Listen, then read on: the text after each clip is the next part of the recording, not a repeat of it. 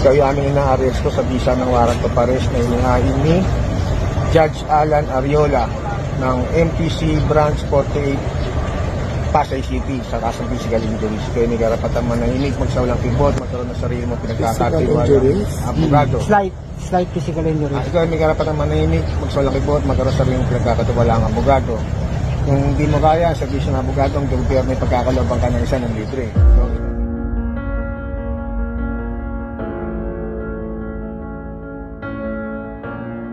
yan, dito tayo muna. Ipapakita ko muna sa iyo, Sir Julius, yung Diwata Mini Mart. Ayan. Oh, may Diwata Mini Mart. Aba. Diwata Mini Mart and Coffee Shop, ito yon. Pag gusto nyo magkape, ayan. Gusto nyo mag-UC, gusto mo may mga soft drinks din ako dito, may water. Ayan, dito. Okay. Tapos dito naman kung saan ang mga new arrival na tao, dito sila nakapila. Dito yung cashier banda dito. Ayan. Okay. So ito ang pila ng mga customer mo? Yung mga kakain pa lang yan, oh. Wow, talagang pila, oh. Tapos nag-orders dito. Ito yung water station ko. Ang laman nito, holy water, hindi binigay water para lahat ng nakakainom dito mabawasan ng mga kasalanan. Kaya Diwata, holy water yan. Holy water talaga. Ito ba ito?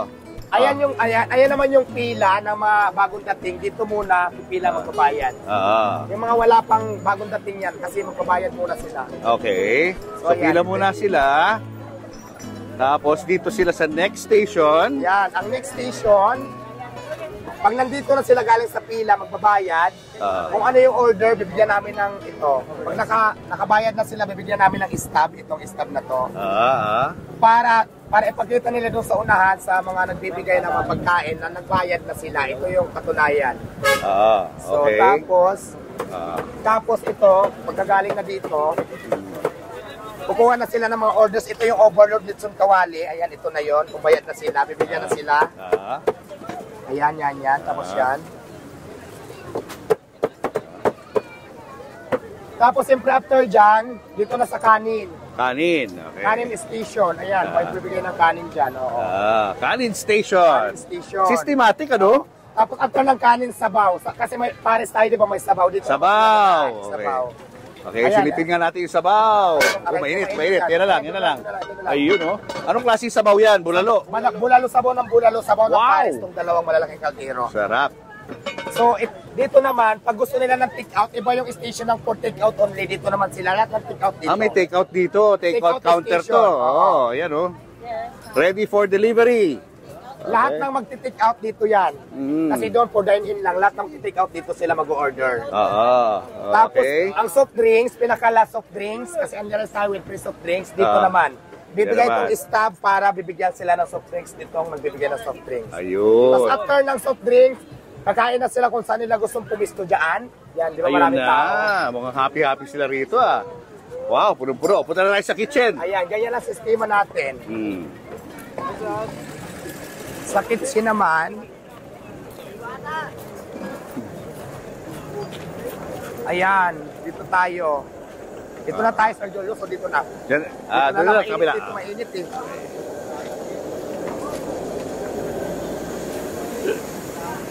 Saya guys, dahil mga vloggers na kumukuha, oh. Oo. Di ba? Dami natin kasama rito vlogger, ah.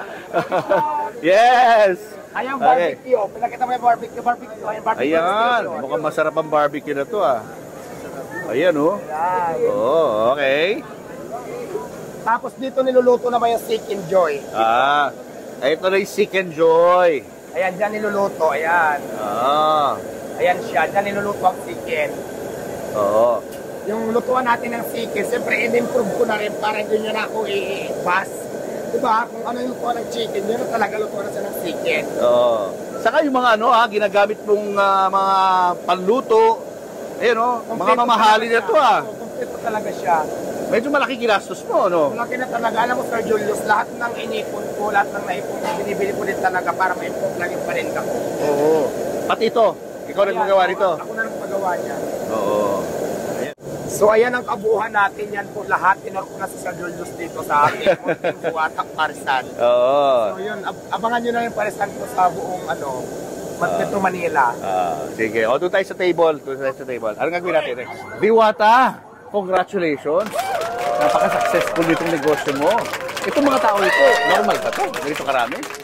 Oo, parang konti pa nga yan. Pagdating kasi ng hapon, mas marami pang tao talaga. Ngayon kasi sobrang init, kaya medyo konti lang. Pero marami na din. Oo. Pero nung nagsimula ka, hindi kanya karami. Hindi ganito karami. Oo. May customer na ako, marami-rami na din, pero hindi kasing dami nito ngayon talaga. Kailan nagsimulang dumami yung mga tao? Nag-start lang naman ako dumami yung tao, nagtinda ko nung ginawa kong overload siya at saka inunlerize ko at saka pinackage ko may libreng soft drinks. So doon lang nag-start.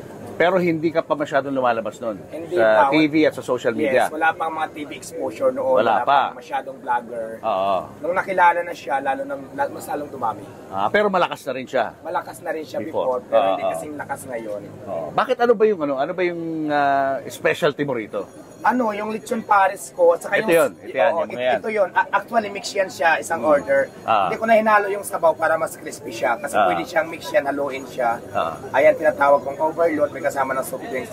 100 pieces lang, under-rice na siya. 100 pesos. Oo. Ano kasama ng 100 pesos? Under rice, saka may free soft drinks, tapos unli sabaw, tapos syempre may free water. Yung ganung halaga, okay na yon sa mga Okay na mga yun customer sa mga mo. nagpa-budget talaga kasi imagine mo, Ah. 100 pesos under rice na sila, may soft drinks pa. Oo. Eh samantala, di ba yung ulam nga ngayon, pag kumain ka sa mga ibang mga kainan, di ba mamahal, ulam pa lang din, umabot na ng 100. Oo. So kaya siguro, isa din yung sa mga tinitingnan ko, bakit marami ang customer. Yung iba gustong matry, nagsa-challenge sila na pumunta dito para tikman yung Paris. So kahit madami yung customer ko. Oo, pero hindi ka ba lugi doon sa ganung klaseng ano? Hindi naman masyado, may kita naman pero hindi kalakihan talaga. Mga magkano kinikita mo? Sa bawat isa, sa 100 pesos, magkano kinikita mo? Siguro mga nasa, ayaw ko umabot ng 5 piso, gano'n. Mga Kasi ganon. ang ano ko kasi, maramihan ako eh. Halimbawa kasi sir, ganito ang mindset ko dito eh. Pag namuhunan ako, for example, 50,000, nakuha ko na yung puhunan ng 50,000, tapos pagpasahod ako sa mga tao, bumalik lang, o may matira mga 3,000 o 2,000, ayun na yung akin. Wala ako nakadepende, gano'n siya. May mga estimate ka kunyari sa isang araw, mga magkano? Meron bang ganon? Kaya bang estimahin yun? Ang binta ko, huwag natin siguro i-reveal, baka mahabol Secret. pa ako na Pero maano. happy ka naman doon sa Okay kinikita naman mo. ako, basta importante nababawi ko naman yung Nababawi puhunan mo. at saka nakapagpasahod ako sa mga tao. Oo. Bumabalik naman, tumutubo konti, okay na yun. Saka at least napapaligaya mo yung mga tao, Napapaligaya ko no? rin yung mga tao at saka di ba yung iba nakangiti, satisfied sila sa servisyo ko, bumabalik pa sila at nagre-recommend pa. Tapos syempre meron rin ako ngayon Seek Enjoy, ito yun. Ano naman yan? Unli rice din yan, Ito. kasama isang soft drinks. This ayan. one. Seek Enjoy, mabinta Ano rin. na sir pangalan? Seek Enjoy. Chicken. Yeah, Seek Enjoy, mabinta rin Parang siya. chicken joy. Pero sa'yo, chicken. Sa sarili kong version, ginawa ko namang chicken para mas kakaiba doon sa mga kilalang chicken. Di ba? Okay. Kaya, ginawa ko Chicken ng pangalan. joy. Chicken Joy. Okay, ano pa? May bago pa rito Ayan, produkto? meron akong Paris Bulalo naman. Ayan. Ito yan. Paris Okay. Bulalo. Bulalo naman. Ayan naman, 160. Maraming laman yan. Tapos, unli rice din yan, may free soft drinks. Oo. 160 yan. 160, unli rice na din may free soft drinks. Pero good for 2 person na yan. Yung chicken joy, magkano? Yung chicken, pag ganyan sa kalaki kasi medyo jumbo yan ngayon, 120 unli rice may free soft drinks. Pero pag mas maliit doon, depende sa chicken na dumating, 100 lang yung iba. Pag mas medyo maliit, ito kasi maliit eh, malaki. Okay lang po, masarap. Masarap. Galing po kami Bacolod. Bacolod pa kayo galing? As in, dinayo nyo to? Yes po, Wow! Saan nyo nabalitaan si Diwata? Facebook. Salamat salamat sa import nyo. O, tingnan mo naman ha, galing pa sila ng Bacolod. Alam mo kasi yung mga malalayong lugar na-appreciate ko talaga yung pagpunta nila dito, di ba? Oh, happy kayo ha, happy? That's good. From Makati kami eh. Ah. Diba? Pangalawang balik na namin. Huwag kayong maniniwalang hindi masarap kay Diwata. Super sarap ang babalik-balikan. Nakakaraba? Tayo pa ganyan pa. Oh, sure! Ang dami kong order, ha? Oo, ang dami niyang order, oh. May Chicken, take-out pa overload. Suki pala to eh. Suki, no? Suki yan, Sir Julius pa. Dalawang balik ko na. Kahit PWD ako, pumipila ako. Pagkano ba haba? Wala bang ano dito? Walang VIP treatment? No, VIP treatment. Wala ha, pantay-pantay sa lahat. Pantay-pantay sila dito. Oh, ito mukhang sarap na sarap 'tong isa dito eh, oh. Ha? Ha? Parang ayaw mo kaming pansinin ha. Oh. Gutom ka na ha. O, ano masasabi mo sa pagkain? Ang sarap. Ha? Hindi na pa kami nakasunod sa Oh, obvious naman eh. Kita naman na enjoy ka diyan. Oo. Ano masasabi niyo sa pagkain? Masarap po, sulit na sulit. Ba, ikaw. Sarap po, okay na okay. Eh yung presyo, tingin mo yung presyo. Goods lang. Bakit goods? Kasing ganda niya. Opo. Okay ah. Affordable. Affordable. Okay ah. Okay presyo ah. Okay.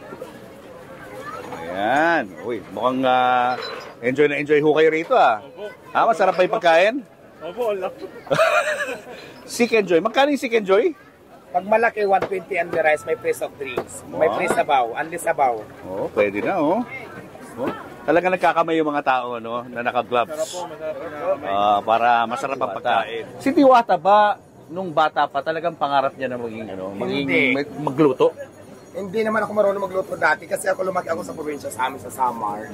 Ngayon, ang source of income namin doon, di ba, magsasaka talaga, magtanim ng palay, tapos magpupras o ganun. Ay, pumunta ako ng Manila, dati 16 years old yata ako. Marami ako napasukan ng mga trabaho. Yung mga trabaho lang na boy, ganyan, mga tindero, kung ano-ano lang. Tapos, umalis ako doon, napatira ako sa ilalim ng tulay kasi naglayas ako. So, doon ilang taon ka doon? Siguro malaki na ako, siguro mga nasa 30 plus na. 30 plus. Bakit ka umalis sa probinsya? Kasi punta ako ng Manila para magtrabaho. Okay. Tapos pagdating dito sa Manila, hindi naman tayo sinuwerte sa mga pinasukan natin. Yung naglayas ako, nag-iswawe ako. Tapos yun, nag-construction ako before dati kasi nasa ilalim ako ng tulay.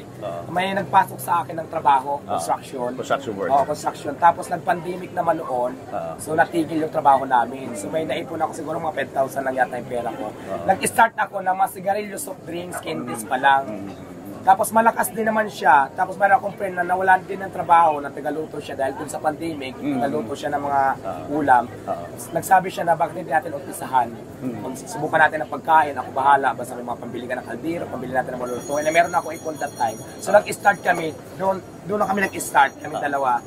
Ngayon, siyang marunong magluto, ako hindi. Ako yung namuhunan, siyang tigaluto. Tapos na-adapt ko na yung pagluluto sa kanya. Ay, yung friend ko ngayon wala na, namatay na. So ako na nagpatuloy. Kumbaga yung skill ko sa pagluluto ngayon, natutunan ko yan doon sa friend sa kaibigan mo. Saan yung unang-una yung pwesto?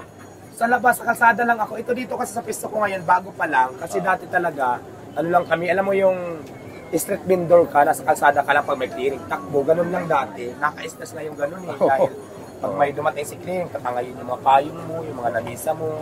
Tapos kung maghatakan kayo sa mga luto na pagkain, nagkakatapon-tapon, malaki talagang lugi ko doon. Pero ngayon, itong may pisto na ako, okay naman, wala nang clearing, pero yung permit siyempre naayos ko na din naman. Ayos mo na. So yun naman ang kailangan. So nagba-viral ka ngayon dahil napakaganda ng ginagawa mo, no, na nakakapaligaya ka ng mga tao, napapakain mo sila sa napaka-reasonable na halaga ng pagkain. Pero una kang lumabas talaga sa media, naaalala ko yun, nung na-involve ka sa isang away? Ay, oo, yung sa balita dati. Ano ba story nun? Nung mga time kasi nasa ilalim ako ng tulay, di ba? Doon ako nakatira. So marami akong nakikilala na stowaway din na kagaya ko. Pinapatira ko doon kung wala silang tulugan, pinapatulog ko sila ng tulay. Kasi nung mga time na yun, ako yung nauna doon sa tulay. So parang ako yung parang namamahala doon sa ilalim. So kung may makikita naman doon, kailangan magpapaalam muna sa akin na pili ba dito tumira. Kasi ako nauna doon parang bilang isang respeto. Pero hindi ako mayari ng tulay. Tapos dumating sa point, di ba dati na mainit yung mga tukhang-tukhang, ay nabalitaan ko, nagdodroga sila dati. So sabi ko, kung hindi nyo mapigilan yan, huwag na kayo dito. Ayaw nilang umalis, nag-away-away kami. Ayun yung mga time na nakita nyo ako sa news na nasugatan ako dito. So ayun yun. Pero ngayon, okay na kami yung mga friend ko na yun. Actually, yung iba nga nandito na nagtatrabaho sa akin. Ay, talaga? Oo, okay na kami. Yung mga nakaaway mo, dito na nagtatrabaho? Empleyado ko na ngayon. Oh, wow! Mamaya pakilala mo sila sa akin, ha? Ang gabi siya, wala siya ngayon. Pero sabi ko nga, kasi magkakaibigan din naman kayo, makakilala kami. Sabi ko, at least, diba, lahat ng pagkakamali natin sa buhay, sana natututo tayo. So, listen and learn doon sa atin. So, ngayon okay na kami. Kinuha ko sila. Walang trabaho. Galing naman. Wala namang problema doon. Kasi lahat naman tayo, wala namang perfecto. Lahat naman nagkakamali. Pero yun nga sabi ko, sa lahat ng pagkakamali natin, sana natututo tayo. Siyempre, sa ganitong klase ng nakikita ng mga tao, ang iniisip nila napakayaman ni Diwata ngayon. Mukhang ang dami niya na naipon na pera. Kung ikukumpara mo yung buhay mo ngayon sa buhay mo noon sa ilalim ng tulay, gaano kalayo na? Ang pinagkaiba kasi ngayon, dati kasi di ba hirap po sa pagkain, nahihirapan kami provide. Pero ngayon naman, kung dati isang beses na ako nakakain sa isang araw, ngayon 3 hanggang 4 kaya ko na kumain sa isang araw. At syempre yung mga bagay na hindi ko nabibili noon, tulad lang ng cellphone, nabibili ko na ngayon. So yun ang pinagkaiba. So hindi pa naman ako mayaman, pero okay naman kahit paano, di ba? At yung gusto kong bilihin para para sa sarili ko, nabibili ko naman na at nakakatulong pa ako, hindi lang sa akin, sa mga taong umaasa lang sa akin dito ngayon sa tindahan ko at siyempre sa family ko. So yun. At meron ka nang nabiling kotse, di ba? Oh, yung kotse ko naman, ano lang yung second hand lang naman yun. Pero at least, diba, sabi ko nga, kung bike lang ang sasakyan ko dati, nakabila ko ng kotse, hindi man brand new, pero second hand. Okay na yun, at least may kotse, diba? So, may experience ko man lang yung makabili ng kotse. So, kahit second hand, okay na, masaya na ako doon. So, ginagamit mo pa rin yung kotse na yun? Yeah, ginagamit ko naman sa service, tapos minsan pag pagod na ako dito, doon ako natutulog. Kaya yun talaga naman ang target ko, kaya ako bumili. Kasi dati, pag pagod na ako, natutulog na ako sa gilid ng tindahan ko. Hindi ako masyadong safe sa mga gamit. Kasi di ba pag pagod ako, so ngayon naisip ko bumili ng kahit second hand lang, at least pag napagod ako, pwede ko siyang gamitin para magpahinga at makatulog ako. So yun yung purpose ko bakit bumili ako ng sasakyan. Kapag mag-isa ka nalang iniisip mo, di ba parang dream come true, parang panaginip, pag tinatanong mo yung sarili mo, anong sagot na nakukuha mo? Talaga, kasi ang naniniwala ako talaga na ang swerte talaga, pag dumating sa buhay mo talaga, pag para sa'yo, para sa'yo. Kasi hindi ko naman inisip talaga na maging negosyante ako. Hindi ko iniisip na magiging ganito yung nature ng buhay ko. Kasi dati ang pangarap ko lang, makakain lang ako sa tatlong araw, makabili ako ng kahit simpleng bahay lang, sarili kong bahay, okay na yun. Tapos yung negosyo kasi, wala naman akong alam dito, nangyari na lang. So ayan, ganun lang. Religyoso ka ba na tao? Oo naman, ako naman ay katoliko ako. So yun. Kamusta ang relasyon mo sa Panginoon? Okay naman, lagi naman ako nagsisimba. Actually, pag dumadaan niya ako sa Quiapo Church, lagi talaga ako nagdadasal. Sana patuloy pa yung tindahan ko para at least marami pa taong matulungan. At saka siyempre, magdiri-diretso pa rin hanggang tumagal pa yung Diwata Paris sa tulong ng Panginoon. So, binadasal ko yan talaga lagi. Para mas maraming matulungan yung Diwata Paris, overload ko ng mga taong umaasa din sa katulad ko na dito lang umaasa sa tindahan na to. Marami kasi akong tao dito na umaasa ng lahat. Iba may pamilya, di ba? Umaasa rin dito para mabuhay yung pamilya nila. Katulad sa akin, family ko, saka siyempre yung ako. So, malaking bagay ito para sa amin. Nagkausap na ba kayo ng nanay mo tungkol dito sa Oo negosyo? naman, ang mother ko actually galing ng province kasi may edad nanay ko, 74 na. Kung gusto ko sana mangyari, para makabawi naman ako sa mother ko kasi ang tagal ko din na nawalay sa kanya, kunin ko na din siyang trabaho. Eh doon naman sa bahay, bibigyan ko naman ng pera, bibigyan ko ng mga gamit. At ang gusto niya, cellphone, kahit hindi kasi marunong gumamit, alam mo matatanda, mayroon na siya. Kaya lang talaga, mas gusto niya pa talaga sa probinsya. Siyempre, supportahan ko na lang kasi di ba may edad na yung nanay ko. So, support na lang ako saan siya masaya. Pero hindi ko naman pinapabayaan. Pero ngayon nasa probinsya, plano naman bumalik. Parang pag ganun-ganon na lang. Kasi di ba may palayan kami doon. So siyang nag-asikaso. Anihan na ngayon eh. So okay naman kami ng mother ko. Support naman sa lahat ng gusto kong gawin. May mga kapatid ka ron? Mayroon. Ang mga kapatid ko, 4 kami. Tapos ako na lang yung walang asawa. Lahat may mga asawa na. Anong reaksyon nila doon sa success mo rito sa Maynila? Okay naman, panahingi ng pera. Yun na, ano? Biglang dumami ka mag-anak mo. Panay ang hingi. Tapos ano ba, sabi ko, di ba tayo mayaman? Bigla lang ako gumanda, pero yaman hindi pa. Magpapayaman pa lang tayo. Ang tatay mo, buhay pa ba? Wala na, matagal Wala na na. yung tatay ko. Wala na. Matagal nang wala. Matagal nang wala. So sa probinsya, ano ka, parang hero ka na ngayon doon sa lugar mo. Hindi naman, kilalang na kasi di ba masyado na na-expose yung beauty ko sa social media. Kaya lagi nila napapanood. So, kilala na ako din na doon ngayon. Marami na nag-chat-chat, marami kapitbahay namin, mga nangungutang na nag-chat-chat. Sabi ko, sige, pag-uwi ko na lang, ganun lang naman ang drama ko.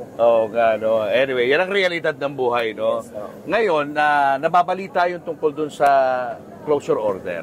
Meron na raw in-impose na closure order dito? Ganito kasi yun. Nung una kasi di ba nasa kalsada ako. Tapos nung una, lumapit naman ako kay Mayora para matulungan sana. Kung bawal sa kalsada, humingi ako ng tulong kung pwede ako mahanapan niya ng pisto. Hindi na naman bigay. Mag-rent naman ako kung kaya ko. Kung mabibigyan niya ako ng pagkakataon sa tulong nila. So okay naman sa Mayora talaga mabait. Yung nga lang kasi sabi niya maghintay ka lang kasi hindi naman pwedeng i-priority kita kasi masasira yung paano naman yung ibang vendor pag binigyan ka namin ng prioritize. Sabi ko tama nga naman. So may plano si Mayora sana na bigyan kami lahat ng vendor dito sa lugar na to. Yun ang pag-usapan namin para sa lahat ng vendor. Ay dumating sa point na as in bawal na magtinda talaga, binantayan na ng clearing. Mabuti na lang talaga. Merong tao na nagbagad ng loob na pinapisto ako dito kung saan ako nakapisto ngayon. Nang walang siningil na upa, kaya ang laki ng pasalamat ko dahil di ba nung clearing nila ako dito, mga 1 week lang siguro hindi ako natingga kasi ang hirap maghanap ng pisto, di ba? Lalo na sa ganitong klase, marami ng customer. So pinapasok ako dito, tapos pagdating naman dito, di ba bago lang ako dito, siyempre hindi naman ganun kadali para makakuha agad ng permit. Kasi pagdating sa permit, marami pang papel na hinahanap. Nandun pa yung sanitary, yung mga health. Wala pa nga akong kitchen eh. So dumating yung taga City Hall na, pero pag-comply naman ako bago pa sila dumating doon sa iba, nakausap ko na naayos ko naman na. Ngayon dumating na i-close daw, kaya nag-hysterical ako yung tindahan ko kasi wala nga permit. Eh sabi ko bakit i-close, ka-office ako lang naman, di ba? Pag-comply naman ako para magkaroon ng permit. So ngayon nag-viral yung video ko na yon. Tapos pumunta ulit ako kay Mayora. Si Mayora, mabait talaga kasi binigyan niya ako ng 2 months para ayusin, para magkaroon ako ng permit lahat ng mga kailangan. So, maraming salamat. Okay na, pinaprocess ko na yung permit. Pero wala pa tayong permit ko, pinaprocess ko na. Pero ito na ba magiging permanente mong pwesto? O pag may nakita yung gobyerno na lugar kung saan kayo pwede ilagay? Yes, actually kasi yung Diwata Paris Overload, ikakalat ko na po sa NCR sa buong Pilipinas kasi dito, hindi ko naman sinasabi na ito na talaga siya. So hanggat pwede ako dito, kasi dito sa lugar nito, wala po tayong list of contract na kung ilang taon ako dito. So anytime pwede tayong paalisin. Pero meron na akong isang kumpanyang tutulong sa akin na nag-aayos lahat para sa mga pisto ko. Para sa franchising, yung mga gusto mag-franchise. Magpapa-franchise ka na? Ayos na po, nag-sign na po tayo ng contract. Yung iba kinukonstruct na po, kaya maraming salamat sa Panginoon talaga dahil. Pag-usapan naman natin yung mga iba pa mga opportunities na dumarating sa buhay mo. Lumabas ka sa Batang Quiapo. Oo. O lalabas pa lang? Paano ba yun? Lumabas na ako, pero Lumabas ka na? lumabas na ako. Actually, magpapasalamat din ako, di ba? Kasi syempre, di ba, yung iba mahirap kunin yung ma-exposure sa TV. Tapos ako, bigla na lang dumating sa akin na hindi naman ako nag-apply. So, salamat ako. Lumabas na ako doon sa Batang Quiapo. Nadaanan na ako ng camera doon. Nadaanan ng camera? Oo, nadaanan na. Kumbaga parang lumabas na sa TV sa Batang Sample, Quiapo. parang sample pa lang. Parang yung mga ano ko, yung mga eksena ko doon. Pero hindi pa yun lahat na ipalabas. Meron pang mga tinitin na ipapalabas pa lang. Anong role mo doon? Bakla pa rin. Ano? Hindi meron ba? May Maraming eksena, bawal pang sabihin, bawal na lang excite yung customer. Basta ay, gano'n. Pero major ba to? May... Ano, yung unang nakita sa akin, ayun, may parisan pa rin ako doon. Tapos may parisan. Basta may parisan pa rin ako doon. Reyna ng mga parisan, Diwata Paris pa din. Tapos, basta abangan nyo na lang. Ayaw kong sabihin kasi baka magalit si Derek, di ba? Pero na-meet mo na si Derek Coco? Yes, ang bait. Muntik ko lang mahalikan eh. Sino pa mga nakita mo ron? Ivana Alawi, di ba? Wow! Tim Rodriguez, yan. Mga ganon sila, namit ko na sila. Oo. So, anong pakiramdam na ikaw ay nasa showbiz na? Ang saya, alam mo sa sobrang tense ko nga, alam mo yung eksena ko na hindi ko na masabi, hindi ko naghahalo yung kaba at saka excitement nga. Totoo ba to? Nagkarap ko ng eksena ko, parang kinakabahan. So, ganon yung pakiramdam ko, pero sana makayanan ko pa pag nagtitin pa kami ulit. Pero kaya ko naman yan, naunahan naman ako ng kaba. Okay, well, good luck sa'yo, no? Pero, kamusta naman ang love life mo ngayon? Ang love life ko ngayon, wala muna. Tikim-tikim lang muna ako. Pero kasi feeling ko kasi pag nagseryoso ako sa lalaki, baka naman maubos yung puhunan ko, di ba? Ang ginagawa ko muna ngayon, magpapayaman muna ako, magpapadami muna ako ng pera. Kasi feeling ko, kapag marami na akong pera, mas maraming lalaki, di ba? Unahin ko muna yung pagpayaman kaysa lalaki, ubos-ubos, di ba? Kasi pag nalalaki ako ng 3 or 2, baka bukas wala na akong puhunan ng pares ko. Wala na, sarado na naman. So wala kang isang partner lang? Hindi, ikaw ba yung type na gusto mo single partner lang o multiple partners na gusto mo? Single partner lang para din magulo, pero gusto ko iba-iba. Iba-iba? Oo. Para ibang putahe? Oo, iba-ibang putahe. Okay. So anong ginagawa mo ngayon para masiguro mo hindi ka maluloko ng mga lalaki? Siyempre, sa savings ako talaga, hindi ko pinapakatiwala yung mga importanteng bagay sa kanila. So, ganun yun doon. Sigurista ako doon. Hindi ko pinapahawak yung cellphone ko at saka yung wallet ko, baka itak ko bigla, di ba? Mahira. Ingat na ako ngayon. Kailangan talaga mag-ingat. Iba ng buhay mo ngayon eh. Mga taong hindi pa natin masyadong kilala, di ba? Oo nga eh. So, yun. Anong long-term na goal mo sa buhay mo? Ayan, yumaman. Yumaman. Mag-tripling kayod pa, dagdagan pa yung mga Diwata Paris Overload. Para di ba, pag maraming negosyo na pagkakitaan, mas madali tayong yumaman. Kaya ngayon, nagtitripling effort talaga kahit napagod na ako, so tuloy-tuloy pa din talaga. So bawal sumuko. Kasi kung may mga pangarap tayo sa buhay, laban lang talaga. Umpisa na natin yung mga pangarap natin. Kasi kung inuumpisa na natin, in-action na natin, walang imposible para matupad yung mga pangarap natin. So, ganun yun. Siyempre, kapag ang isang tao ay umaasenso, meron dyan yung mga pilit kang hinahatak pababa, ano? Ito ba, nai-experience mo ito ngayon? Ay, hindi lang, maraming business ko na-experience lalo sa ngayon, maraming naninira sa akin. Pero, di ba, ang sa akin lang kasi, dito pa rin ako magdidepende sa mga taong naniniwala kasi mayroong mga basher na 2, 3. Pero yung supporters ko naman, yung kumakain naman sa akin, libo-libo. So, bakit ko sila intindihin? Kasi in the first place, hindi naman sila nakakatulong sa buhay ko eh. Kahit katiting na tulong sa buhay ko, wala naman silang ambag, kaya hindi dapat ko sila intindihin. Wala naman silang ginawa kundi siraan ka, natulungan ka ba nila? Kaya din ba ako sa mga basher, di ba? At the end of the day, hindi sila mag-aangat sa sarili ko, ako pa din. So, di ba, wala akong pakialam sa mga basher. Basta ang importante dito, gumagawa ako, lumalaban ako ng tama, lumalaban ako ng pata sa pamaraan. Kasi mga basher na hindi naman yan magtatagumpay eh. Wala naman kasi nagtagumpay talaga, naniniwala ko doon ng kasamaan sa kabutihan. Yun lang. Tama. Ganda naman ang sinabi mo na Hindi yun. ko inintindi yung mga basher na yan kasi wala talaga yan natutulong sa buhay. Pero minsan ba parang naiinis ka rin? Naiinis. Parang one time parang pinatulan mo yung tungkol sa pagkain, di ba? Yes, naiinis ako pero mas lamang pa rin nakangiti ako kasi bakit ko ba sila intindihin? Dahil ang Tama, dami na tama. sumusuporta. 1,000 versus 5. Kasi doon ka sa majority, di ba? malayo. Doon ako sa karamihan. Tulad niya, kahit anong paninira niya, nandiyan pa rin yung mga supporters, kumakain pa din. Di ba? Oo nga. So, yun, doon pa rin ako nagbabase talaga. Pag pinatulan natin yung bashers natin, may stress lang tayo. Magandang ano yan, magandang paniniwala yan sa buhay. Pero ngayon kasi may mga kumakalat na litrato na inaresto ka daw ng mga pulis. Ito pong warrant of arrest namin sinunod kay Deo Balbuena alias Diwata. Nung itong 2018 pa po ito. Kaya lang po nung kami pa-certified nga, yung warrant yan, nung pina-certify namin sa court, nung April 8, 2024, ay existence pa. Ibig sabihin, hindi pa siya naipapatupad. So, pinatupad po natin. At kumbaga, buhay pa ho itong kaso na to, no? May mga hearing pa ho na nangyayari. Yes, sir. Buhay po itong kasong to. O kasi sabi ho ni Diwata, hindi niya na nga maalala kung ano yun. Yan po ang hindi natin naabot sa kaalaman niya kung ba't hindi niya naalala. Pero ito ay 2018 pa.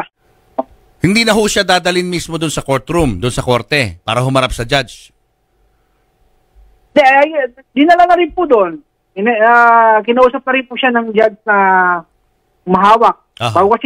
Bago po kasi i-grant ng judge yung piyansa niya, siyempre, minsan gusto niyang makausap. Ayun. Gusto niyang, So nagharap ho sila ng judge. Pero yung complainant, humarap din po ba yun? yan ang sir, hindi ko alam kung humarap sa kanila yung complainant. Hindi ata, sir. So, patatawag pa po yun eh. Patatawag pa po. So ibig sabihin ongoing pa, no? Magkakaroon pa ng mga hearing dito. Wala na hong ibang kaso si Diwata sa inyo? Sa ngayon po, yun lang po ang pagkakalam ko, itong kaso itong aming pinatupad. So nakapag, ano po ba itong kaso? Slight physical injuries? Tama po ba? Yes, sir. Slight physical injury. Ano po ba ang usually ang parusa po sa ganyan? Usually ito, sir, kasi nakalagay po rito ang period ng cover ng injuries ng tao less than 9 days. Minsan po pumapasok ito sa barangay, pang barangay matters pa nito. Pang barangay. Wala hong kaakibat na kulong yung ganyan. Minsan depende sa ba nagiging usapan nila nung complainant niya. Ano pong pangalan ng complainant, sir? Si Rogelio R. Magallanes, sir. Diwata. Tanungin mo, kailangan si Rogelio. Rogelio Magallanes daw ang pangalan nung nag-file ng demanda. Sir Julius, hindi ko talaga siya maalala, pero siguro kung makikita ko, baka maalala ko, pero hindi ko talaga siya maalala. Willing ka ba na makipag-ayos na lang dito? Willing naman, lahat naman ng bagay. Na pag-usapan kung talaga nagawa ko yun, personally, hingi ako sa kanya ng tawad, kung ano man yan. Pero talaga ngayon, hindi ko pa talaga alam kung sino yan talaga siya. Pero kung totoo man yan, kasi iba lahat naman tayo. Hindi ko naman dinideny na marami ako nakaawin na sa ilalim pa ako ng tulay, baka siya doon. Pero kasi hindi ko talaga maalala yung pangalan na Rogelio na yan kung sino ba yan. Gusto ko nga siya makaharap sana, impersonal. Oo nga. Baka naman nanonood sa atin. Anong gusto mo sabihin kay Rogelio? Rogelio, kung nanonood ka man ngayon, siguro magkita tayo, pag-usapan natin sa proper venue kung ano man itong problema mo na pinampa mo sa akin para pag-usapan natin para maging maayos. Yun lang. Kasi kung totoo man ito, so, willing naman ako may pag-ayos sa'yo. Ayan. Sana so ngayon, bilang pagtatapos, Diwata, ano ang mensahe mo sa mga taong nangangarap din sa buhay? Na gusto rin umasenso na katulad mo? Ayan, yung mga gustong sumubok sa buhay, yung gusto magnegosyo, subukan nyo lang. Pag nadapa kayo, huwag kayong sumuko, bumangon ulit at lalo nyo panggalingan. Kung may mga pangarap kayo, sinabi ko na to kanina, ituloy nyo lang yan kasi darating din ang panahon na ayon sa inyong panahon. Basta wag lang kayo sumuko sa hamon ng buhay. Tuloy nyo lang yung laban. Kasi malay nyo bukas, kayo naman, sa inyo naman dumating swerte. So di ba? So yun lang. Wag sumuko sa hamon ng buhay. Tuloy-tuloy lang ang laban. Congrats! Maraming salamat. Congrats sa negosyo mo. Salamat sa Idol. Ano ba yung sinabi niya na ilang kilo daw makukuha ko sa sa isang araw kasi mga isda ko doon ako na lahat na naisip ko na sus grabe to napunta ilinawin natin, tinanong kaya ka na emotional, tinanong ka kung ilang kilo ng isda makukuha ko araw-araw sa araw-araw. Kasi naisip ko na nandun ako palagi nangingisda tapos nakaabot doon na sa isang idlap lang. Hindi mo akalain. Oh, hindi. Ngayon pala yung plano ng Panginoon para sa iyo. Yun lang talaga. Hanggang ngayon naiisip ko pa rin.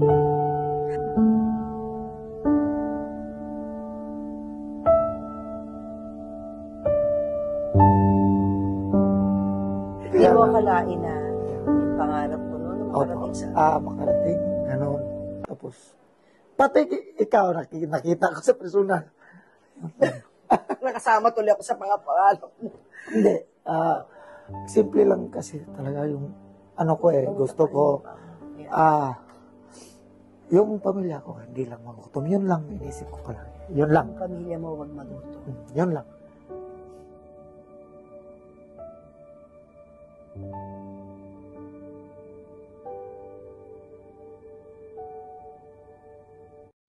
Julius and Tintin para sa pamilyang Pilipino would like to thank the following. Pure Gold. Sa Pure Gold, always panalo. David Salon. Whoever you are, whatever you do, David Salon brings out the best in you. Raja Travel Corporation. With you on your journey. Baby Co Wipes. Bida si baby sa alagang Baby Co Wipes. Cupid's Cologne Love Mist. To order, message tonybbabaw@gmail.com. Enagic from Japan. Kangen Water Machine. Goldmine Rice. From farm to market. Be a rice distributor to wholesalers, retailers, and consumers. Open for franchise.